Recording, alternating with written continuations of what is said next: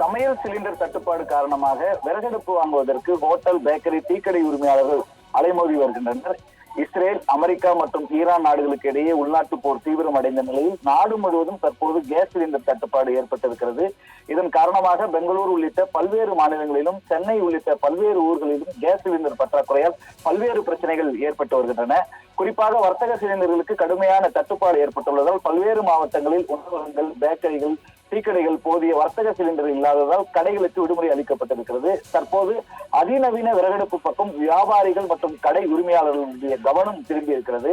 குறைவான விறகை கொண்டு அதிக அளவு உணவு தயாரிக்கலாம் என்பதாலும், சிலிண்டர் தட்டுப்பாட்டிற்கு மிகப்பெரிய மாற்றாக விறகடுப்பு இருப்பதாலும் அது தயாரிக்கும் இடங்களை நோக்கி கடை உரிமையாளர்கள் படையெடுத்த வண்ணம் இருக்கின்றார்கள்.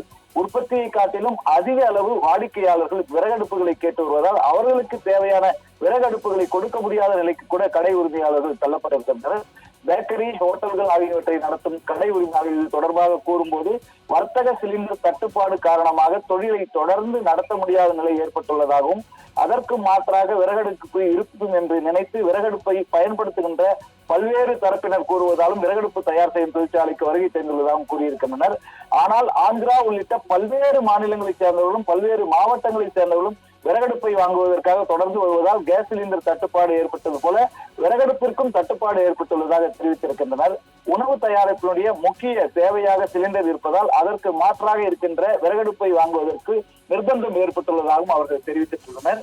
இப்படிப்பட்ட ஒரு சூழ்நிலையில் சென்னையில் 215க்கும் மேற்பட்ட சிறிய மற்றும் நடுத்தர உணவகங்கள் மூடப்பட்டுள்ளன. இதனை தமிழ்நாடு ஹோட்டல் உரிமையாளர் சங்கம் தெரிவித்திருக்கிறது. பெரிய அளவிலான உணவகங்கள் விறகு, மின்சார அடுப்புகளுக்கு மாறி இருக்கின்றன.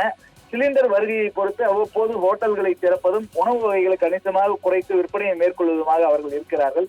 வணிக சிலிண்டர் தட்டுப்பாடு காரணமாக பல உணவகங்களிலே உணவு வகைகள் குறைக்கப்பட்டிருக்கின்றன. சில இடங்களில் வெரைட்டி ரைஸ் இல்லை என்ற அறிவிப்பு பலகைகள் வைக்கப்பட்டிருக்கின்றன.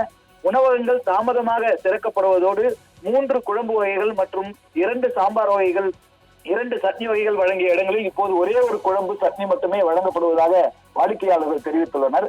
ஹோட்டல்களை காட்டிலும் டீ கடைகள் தான் சிலிண்டர் தட்டுப்பாட்டால் பெருமளவு பாதிக்கப்பட்டிருப்பதாக கூறப்படுகிறது. தற்போது டீ கடைகளில் டீ மட்டுமே விற்கப்படுகிறது. எப்போது சிலிண்டர் தட்டுப்பாடு சீரடையுமோ என தெரியாத நிலையில் வடை, பஜ்ஜி வகைகள் நிறுத்தப்பட்டிருக்கின்றன.